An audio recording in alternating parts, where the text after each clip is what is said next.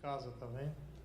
Gente, Dr. Coriolano, primeiro gostaria só realmente de agradecer a presença. Obrigado. E desejar uma excelente palestra para vocês. Obrigado, meu nome é Coriolano Camargo, eu presido uma comissão lá na UAB São Paulo, que chama-se Comissão de Crimes de Alta Tecnologia, que visa justamente estudar os novos fenômenos da era da tecnologia da informação. Queria parabenizar a todos vocês que estão aqui, grandes especialistas na área de TI, segurança da informação, parabenizar São José dos Campos por estar recebendo esse evento, o Luiz Felipe, o Jordan, todos, enfim, que auxiliaram para que esse evento pudesse ser um sucesso. Antes de entrar propriamente no tema da palestra, eu queria dizer para vocês que o direito no mundo está mudando. A forma dos pesquisadores, dos operadores do direito, de enxergar a justiça e o ideal de justiça está mudando.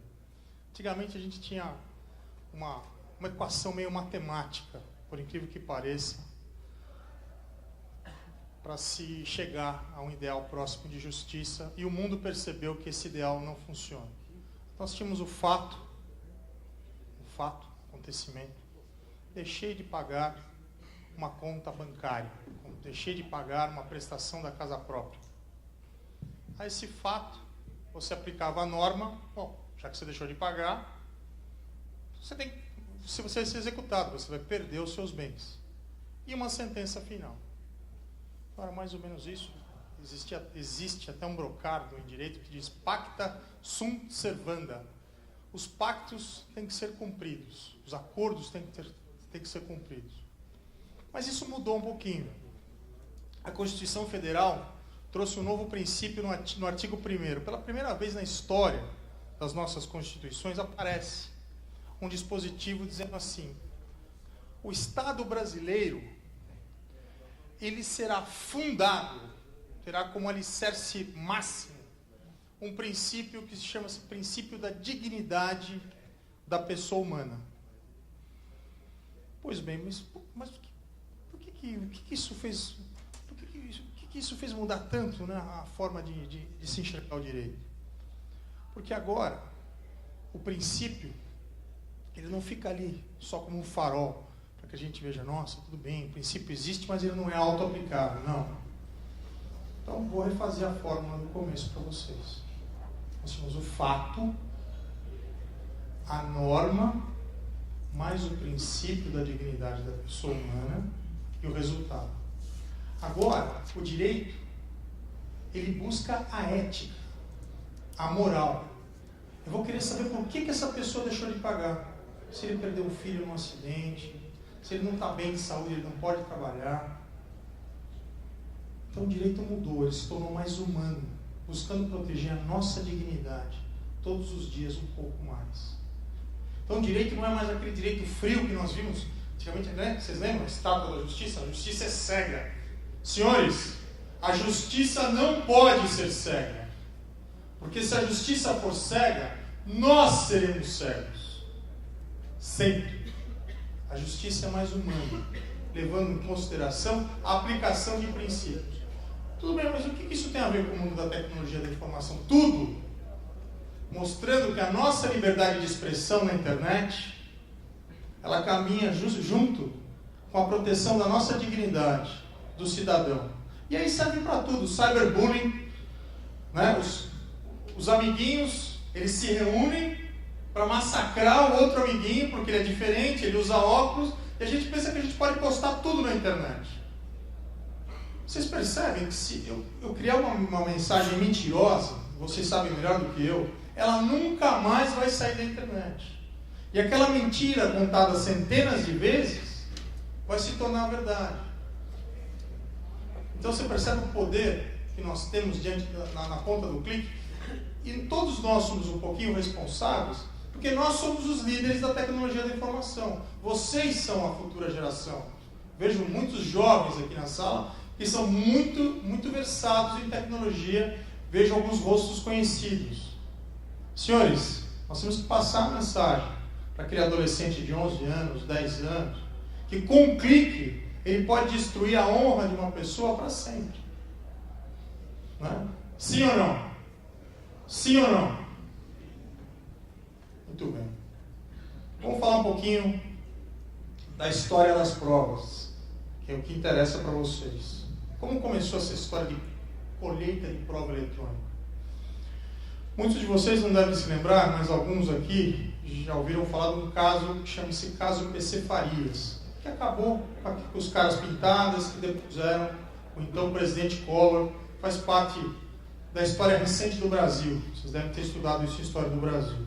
Ao longo da persecução penal, a Polícia Federal chegou na casa do PC Farias, nos seus escritórios, e apreendeu material informático. HDs, CDs, diversos equipamentos, porque ali estariam provas de que um crime teria sido cometido. Mas aí os advogados de defesa fizeram o seguinte questionamento: qual o método de colheita dessa prova? Primeira pergunta. Qual software ou quais equipamentos vão fazer a análise dessa prova computacional? Quem tem acesso aos dados informáticos do senhor PC Farias dentro da sede da Polícia Federal? E última e derradeira pergunta: a Polícia Federal possui um manual de procedimentos técnicos para colheita, armazenamento e análise das provas eletrônicas? A Polícia Federal não respondeu nenhuma pergunta de forma convincente. Primeira pergunta, ela disse: olha, nós não temos um método, nós não temos um padrão. Mas se vocês não têm um padrão, como que eu posso defender o meu cliente? Disseram os advogados de defesa. Se eu não sei qual software, qual o método de preservação da prova, como essa prova eletrônica está sendo produzida contra o meu cliente, fere um princípio maior de direito que chama-se o princípio do contraditório e da ampla defesa. Ou seja, eu tenho direito a impugnar todas as provas que são produzidas contra a minha pessoa. E a partir daí, a Polícia Federal criou um manual de procedimentos técnicos para colheita, armazenamento e produção das provas eletrônicas. Poxa, professor, mas isso é ótimo, Coriolano, isso é ótimo, mas nós vivemos no caos da prova eletrônica no Brasil. O Citibank tem um manual de procedimentos técnicos dele. O Bradesco tem o dele. O Banco Central tem outro manual. E vocês não acham que nós precisaríamos padronizar nacionalmente o trabalho do perito? Sim ou não? Cada um de vocês aqui produz a prova de uma forma diferente, armazena a prova de uma forma diferente, utiliza ferramentas diferentes, sim ou não? Só que no momento que vocês estão produzindo essa prova eletrônica, se vocês não demonstrarem claramente como que ela foi retirada do computador, como que ela foi analisada, quais equipamentos que fizeram essa análise, essa prova vai ser nula. Vocês nunca vão conseguir produzir uma prova informática, uma prova eletrônica convincente, se vocês não tiverem um manual de procedimentos técnicos para colheita, armazenamento da prova eletrônica. Perfeito? Ficou claro isso? Alguém não concorda? Estamos aqui num debate. Vocês não precisam concordar com tudo que eu falo. Tá? Perfeito. Olha só, história recente. O Brasil, ele vai sediar as Olimpíadas, as próximas Olimpíadas. E olha o que fizeram com o portal da China. Picharam o portal na cor laranja, ferindo a moral e a dignidade do povo chinês. Isso para nós não pode nos representar nada. Mas o povo chinês ama a sua bandeira vermelha. E isso causou ao povo chinês essa pichação que tem um nome, né? Como é que é o nome? Defacement. É isso? O defacement que foi feito na página causou dores, angústias e aflições a milhões de chineses durante as Olimpíadas. Vejam, senhores, imagina a gente colocar a foto do Maradona na página da seleção brasileira dizendo: Maradona é o melhor. Senhores, isso vai acontecer. Ou não. Mas cabe a cada um de nós estarmos preparados. Nós que somos, vocês que são os hackers do bem, né? Não existe hacker do mal, né? Hacker, não é isso? O hacker é aquele que luta pela justiça, não é isso? E o cracker é o do mal, sim ou não? É correto isso? É correto? Não? Talvez? Opa, precisamos conversar. Porque às vezes eu coloco lá no Twitter, hacker do mal. Aí o Bordini outro dia veio brigar comigo. Não existe hacker do mal, professor. Hacker é sempre do bem. Sim ou não? Sim ou não? Hacker é sempre do bem? Tá bom. E a imprensa mundial, olha aqui, noticiando que o site oficial das Olimpíadas ele foi hackeado em sinal de protestos. Ou seja, foi uma vergonha para toda a comunidade internacional ver a China sendo hackeada. Olha só que interessante. O FBI investiga a governadora do Alasca, que foi a candidata republicana ao governo dos Estados Unidos, porque suspeitava que ela estaria usando e-mails particulares para tratar de assuntos da Casa Branca. Esse tema ganhou um relevo internacional com a descoberta que o governo Bush estaria usando e-mails particulares para conduzir assuntos da Casa Branca. Senhores, se eu estou trabalhando numa empresa, eu devo usar só o e-mail da empresa para me comunicar nos assuntos oficiais? Sim ou não? Existe lei que disciplina isso? Não existe lei. Isso é uma construção jurisprudencial das nossas cortes trabalhistas. Se eu estou trabalhando e cuidando de assuntos oficiais da minha empresa, eu não posso utilizar de e-mails particulares para conduzir assuntos do meu trabalho. O que eu vou passar? Senhores, existe um crime cibernético organizado no Brasil? Ou isso é uma lenda? Existe? Sim? Existe um crime cibernético organizado. As facções como o Comando Vermelho, o PCC, eles migraram as suas operações para a internet. Mas o grande marco histórico que nos interessa é esse julgado aqui do Supremo Tribunal Federal, o habeas corpus 88.905, cujo relator é o ministro Gilmar Mendes. Nele, o ministro diz, abro aspas, aqui não são palavras do Coriolano agora, são palavras do ministro. O ministro diz, existe o crime cibernético organizado no Brasil. Uma facção criminosa ela é dissolvida, uma segunda facção criminosa, célula criminosa, ela passa a operar no lugar daquela primeira célula. Quando a segunda célula é desmantelada pela Polícia Federal, uma terceira célula passa a funcionar no lugar daquela primeira. Aí eu perguntei para o Dr. Paulo Lacerda, que era delegado da Polícia Federal, falei, professor, Dr. Paulo Lacerda, ele era o delegado geral. Por que isso acontece? Por que uma célula vai tomando o lugar da outra? Porque justamente os criminosos eles não querem perder a receita, o fluxo financeiro. Porque enquanto eles estiverem recebendo fluxo financeiro, eles podem ajudar aquelas células que foram desmanteladas. E eles conversam numa linguagem que é criada entre eles, vocês devem saber isso muito melhor do que eu, uma linguagem que só eles entendem. Senhores, quem trabalha com segurança da informação tem que ler esse acórdão. É só vocês acessarem o portal do Supremo Tribunal Federal. São 87 páginas descrevendo o trabalho da perícia da Polícia Federal, o Instituto Nacional de Criminalística da Polícia Federal. E quem trabalha com segurança da informação tem que visitar o Instituto de Criminalística da Polícia Federal. Todos aqui já assistiram aquele filme CSI. É a mesma coisa. Eles são muito avançados, mas muito avançados. Eles conseguem, através das suas pesquisas, tirar o DNA da droga. Vocês sabem o que é o DNA da droga? A partir da apreensão de um papelote de cocaína, você faz uma análise do nível de pureza da droga. Eles dão no computador essa informação e mostram que o cartel A, B, C e D utilizam esse nível de pureza. Depois eles analisam se não existe nenhuma partícula no papelote da droga. Se tem uma partícula de madeira, eles olham no microscópio e chegam à seguinte conclusão: é uma partícula de um caminhão caçamba de madeira, ano 97. Eles jogam essa informação novamente no computador. O cartel que usa esse tipo de caminhão é o cartel A e B. E eles passam sempre pela fronteira C. Isso é o trabalho de inteligência.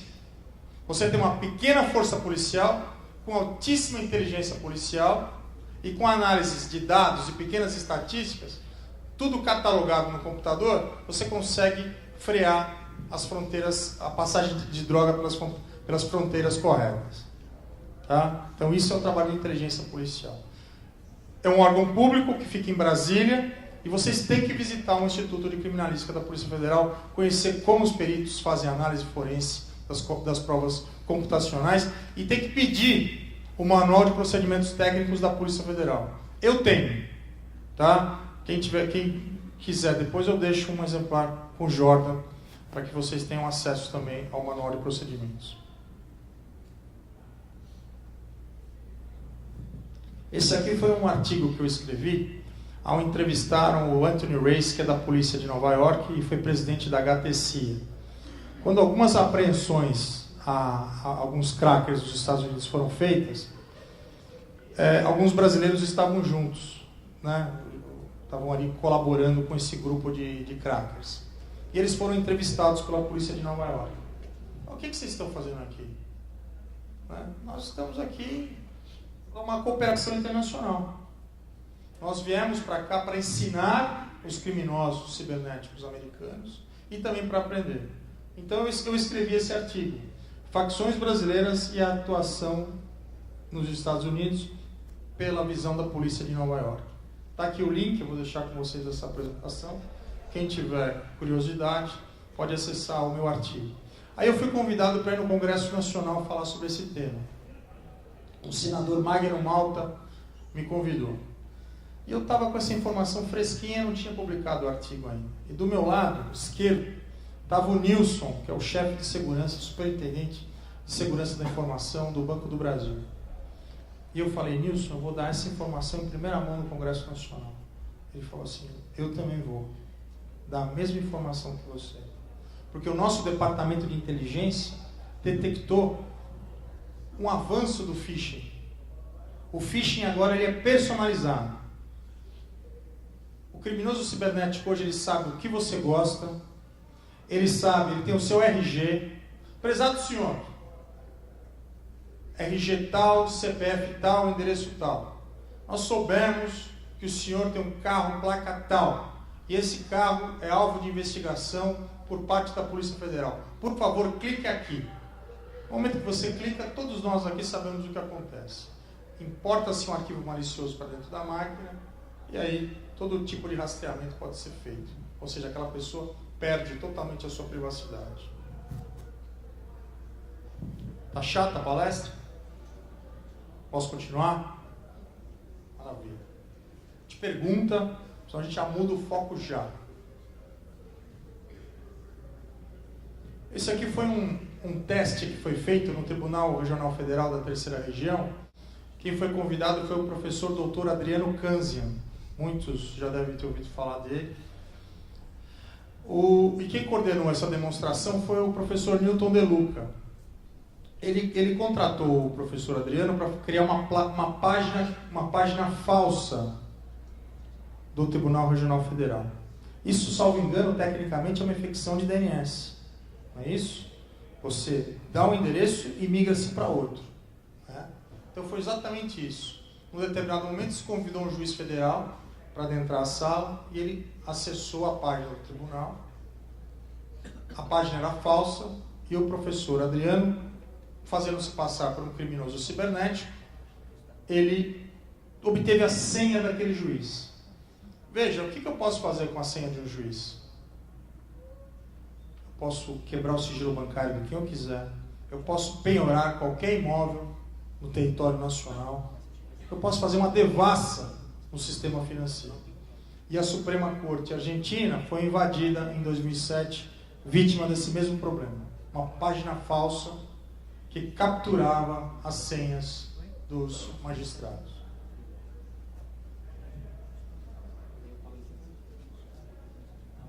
Emissor de cupom fiscal. Todos vocês conhecem o emissor de cupom fiscal? O emissor de cupom fiscal ele nasceu em 1996, ele se tornou mais forte, mais conhecido, porque ele passou a ser obrigatório para compras no varejo.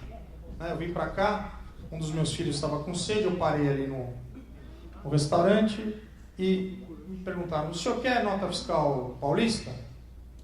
Eu pego uma nota fiscal paulista. Por que eu pego uma nota fiscal paulista? Porque o cidadão ele passa a ser fiscal do equipamento de cupom fiscal. Esse é o crime tecnológico puro. Por que crime tecnológico puro? Porque ele não requer o uso da internet. Você compra aquele aparelho com aquela memória fiscal, que segundo a lei ela tem que ser um aparelho com memória fiscal inviolável, mas alguns especialistas, em eletrônica fazem um furo com uma furadeira dentro desse aparelho, passa um sistema de cabeamento e o gerente da rede de supermercados, rede de loja, ele fica controlando à distância o valor da emissão da sua nota fiscal enquanto contribuinte, enquanto consumidor. Ou seja, você foi no supermercado, você fez uma compra de R$1.000, certo? Você recebeu um cupom fiscal de R$1.000, só que a memória fiscal que vai ser fiscalizada pelas secretarias de fazenda dos estados, ela computou uma compra de R$100. Então eu só vou pagar imposto sobre uma movimentação financeira de R$100. Essas são fraudes fazendárias bilionárias, senhores. Ótimo. E qual foi a forma do governo do Estado de São Paulo, do governo da Bahia, do Ceará, de minimizar essas fraudes? No momento que eu estou com esse cupom fiscal de R$1.000, eu vou lá no site da Secretaria da Fazenda, eu quero os meus pontos da nota paulista. Eu lanço aquele valor. E quem me vendeu, ele vai lá e lança R$100. Só que eu lancei que eu comprei R$1.000. Vocês perceberam o porquê da nota fiscal paulista? Todos aqui já sabiam que era por causa disso? Por isso, vocês são fiscais. A nota fiscal paulista ela foi criada para que o cidadão passasse a fiscalizar as fraudes eletrônicas no varejo, no estado de São Paulo, permitindo que a Receita faça um cruzamento de informações. Tá?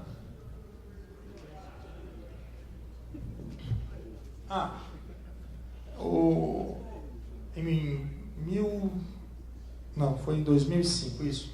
Uma companhia aérea inglesa, ela contratou um serviço de vendas de passagem aérea através da internet. E, para economizar custos trabalhistas, encargos trabalhistas, ela demitiu aquele sistema de venda balcão.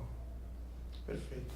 Ela recebeu uma cartinha de hackers do leste europeu que dizia o seguinte: olha, como agora o seu serviço de venda de passagem aérea é totalmente dependente da internet, nós vamos lançar uma rede de ataques de botnets, redes zumbis, contra os seus sistemas, de modo que você não vai conseguir vender mais nenhuma passagem aérea. Para que você continue vendendo passagens aéreas, você tem que nos pagar alguns milhões de dólares num paraíso fiscal X. Perfeito. A Polícia Federal Brasileira também foi acionada. Eu pude participar dessa operação como convidado da Polícia Federal. O Paulo Quintiliano, que é o chefe da perícia, me convidou. Que eu estava escrevendo meu livro eletrônico, que está no site da OAB. Depois eu vou dar o endereço para vocês. Ele é gratuito. Bem, e eles resolveram não pagar, Jordan. Não pagaram. Eu não preciso dizer para vocês o que aconteceu. Existe defesa contra ataque de máquinas zumbis? Contra os serviços dependentes da internet? O pessoal está balançando a cabeça aqui. Não existe uma forma de defesa. Ou seja, eu para vender minha passagem aérea, você só podia comprar da companhia aérea pela internet, porque não tinha mais sistema via balcão. O que aconteceu? Eles tiveram que pagar o preço. E o grupo de crackers deu uma garantia para eles de 1 ano que eles não continuariam. Deram garantia ainda, são usados. Tá? Não, deram garantia. Por escrito ainda. É o sistema máfia, né? A máfia fazia isso.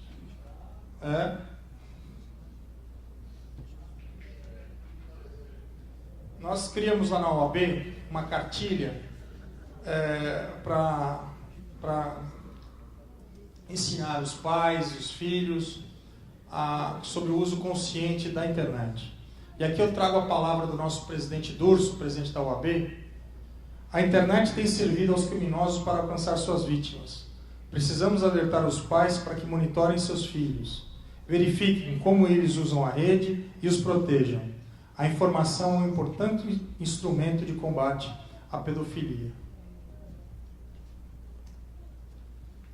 Crime na rede. As drogas ilegais movimentaram 100 milhões em 2005 e as fraudes online totalizaram prejuízos na ordem de 105 bilhões. A pornografia infantil se tornou uma indústria de 3 bilhões por ano.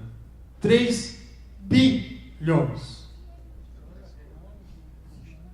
Em resumo, o crime cibernético hoje no Brasil ele é mais lucrativo do que o narcotráfico e mais lucrativo do que o roubo de cargas.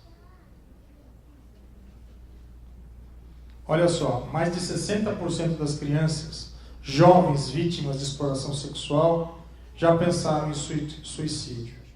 Revela esse estudo internacional dessa fundação. Nós estamos acompanhando aquela rede de pedofilia que atua em Catanduva. E essa aqui é uma foto da nossa cartilha sobre o uso seguro da internet. A Embraer aqui em São José dos Campos, está no kit, inclusive, que o Jordan autorizou aí a passar para vocês. Tá? E a Embraer, aqui em São José dos Campos, ela distribuiu 19 mil cartilhas nas escolas, para seus funcionários, e foi uma campanha maravilhosa. Meu pai é aqui de Paraibuna. Vocês conhecem Paraibuna? Meu pai nasceu em Paraibuna. Meu tio é o Luizinho Gambá. Quem conhece o Luizinho Gambá, levanta a mão. Verdade. Meu tio Luizinho foi prefeito aqui da cidade de Paraibuna, e aqui parece que tem uns apelidos engraçados, né? O apelido aqui no meu tio da região é Luizinho Gambá. Ele gosta de tomar uma cervejinha.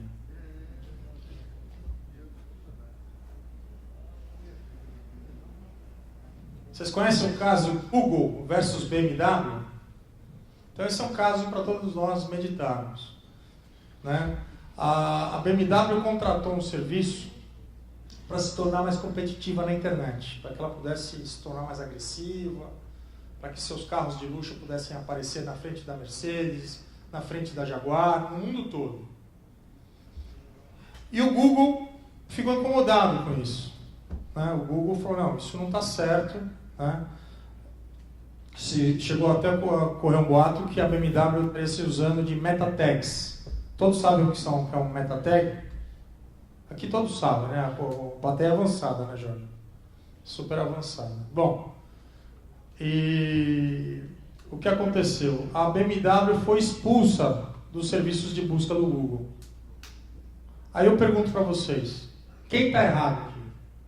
A Google ou a BMW? A BMW, por aparecer demais, poderia ser expulsa pelo Google ou não? Quem acha que o Google está certo, levanta a mão. Quem levantou a mão? O serviço é dele, né? É do Google, ele pode fazer o que ele quiser. Se a BMW quiser, que ela pague por isso, não é? Oi? Não entendi. Por isso que ele é beta. O Google até hoje é beta. É? Justamente para não ter problema com lei. Ele não é obrigado a dar satisfação. Você concorda, então, com o que ele fez? Ele está fazendo do direito dele, mas eu acho que não foi uma atitude legal. Foi uma atitude, no mínimo, antiética, né? Antijurídica, né? Muito bem colocado. O público sempre se divide. É difícil aqui você dizer quem está certo e quem está errado. Mas você veja que precisa de uma legislação internacional para coibir esse tipo de questão, né? Alguém queria fazer mais alguma colocação? Pode. Já abre o debate.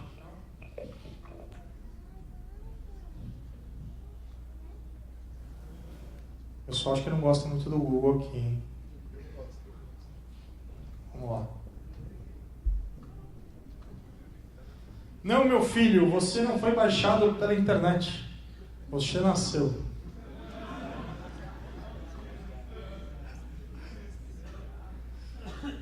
Pois é. Ele achou, olha a carinha dele lá. Ele achou que ele tinha sido baixado pela internet. A mãe dele fez download dele. Olha só que interessante, as técnicas de investigação que estão lá nos Estados Unidos já faz tempo, né? A polícia se utiliza de agentes disfarçados na internet, fazendo com que os criminosos pensem se tratar de crianças. Isso é possível no Brasil? Os policiais podem trabalhar de forma oculta na internet, se fazendo passar por crianças para detectar. A gente sabe que muitos hackers fazem isso, né? Para denunciar, fazem. Cidadão hacker faz isso, mas isso é possível no Brasil? Sim ou não? Não. Mas tem um projeto de lei para regulamentar esse tipo de investigação. Quem concorda com isso, levanta a mão. Olha só. Olha só. Então, vocês têm que escrever para o Congresso Nacional e apoiar essa lei. Ela vai ser muito importante para as investigações dos crimes de pedofilia. Gente. E o AI-5 digital? Quem concorda com o AI-5 digital, levanta a mão. Você, professor, você concorda com o AI-5 digital? Claro. É uma boa plataforma? Não é uma lei. Hã? Não é plataforma, é projeto de lei.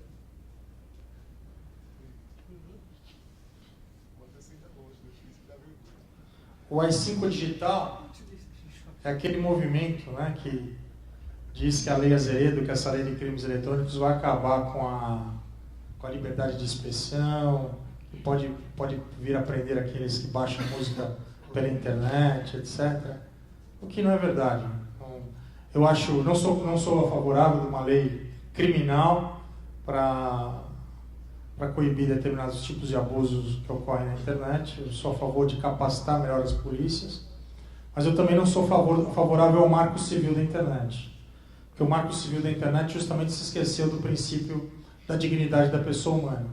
Você pode fazer qualquer lei civil para proteger o usuário e os direitos do internauta, qualquer lei, desde que ela tenha proteção ao princípio da dignidade da pessoa humana.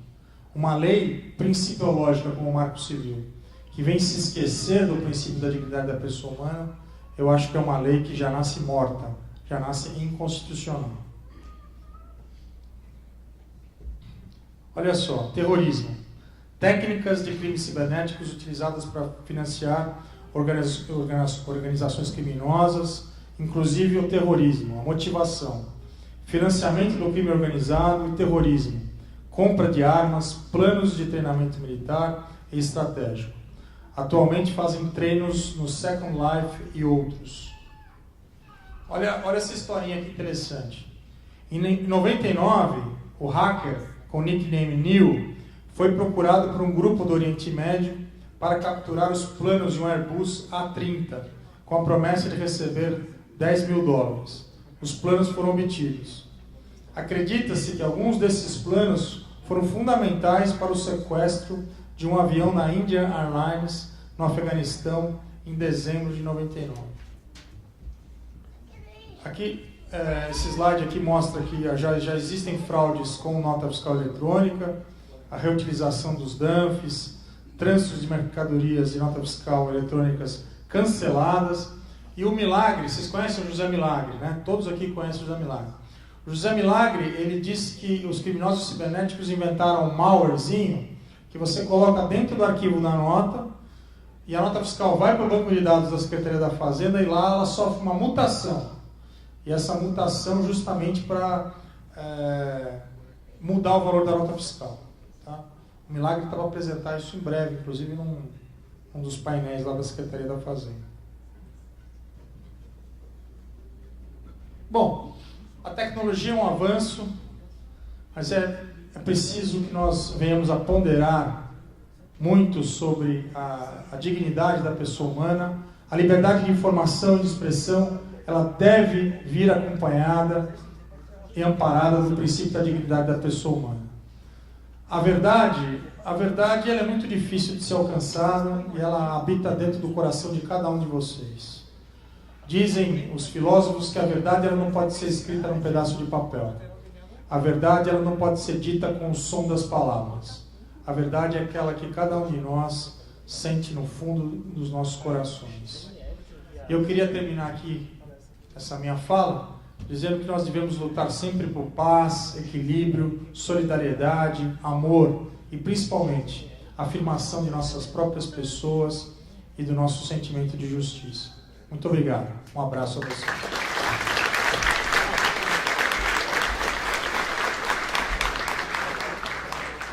Pessoal, alguém tem alguma pergunta?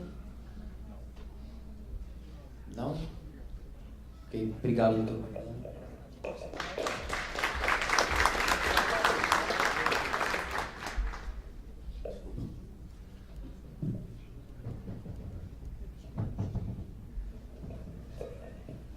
Por favor, naquele caso que o senhor comentou do dinheiro que foi desviado para um paraíso fiscal como resgate, né, para a empresa